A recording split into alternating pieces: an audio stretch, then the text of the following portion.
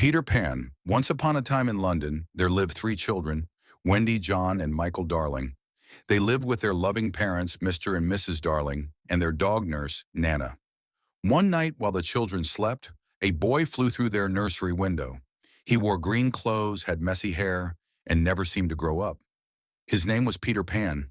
He was looking for his shadow, which he had lost during a previous visit. Wendy woke up and helped him sew his shadow back on. Peter told her he lived in a magical place called Neverland, where children never grow up. He invited Wendy and her brothers to come with him.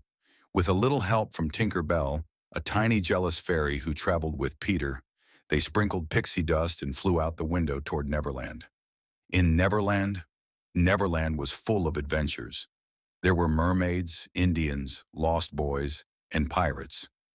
Peter was the leader of the lost boys, children who had fallen out of their prams and were never found by their parents. Wendy became a mother to the lost boys, telling them stories and caring for them. But there was danger too. Captain Hook, an evil pirate, hated Peter Pan.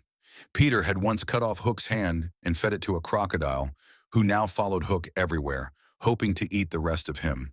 The crocodile made a ticking sound from the clock it had swallowed, which warned Hook when it was near. Hook tried many times to capture Peter and the children. At one point, he even kidnapped Wendy, John, Michael, and the Lost Boys and tried to make them walk the plank. But Peter, with help from Tinker Bell and the brave Lost Boys, rescued everyone and fought Hook in a final battle aboard the pirate ship.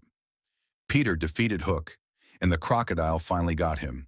The children took over the ship, and with some fairy dust, they flew it back to London.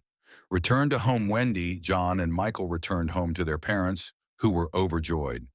The Lost Boys were invited to stay and be adopted, but Peter Pan refused to grow up. He flew back to Neverland, promising Wendy he'd return every spring.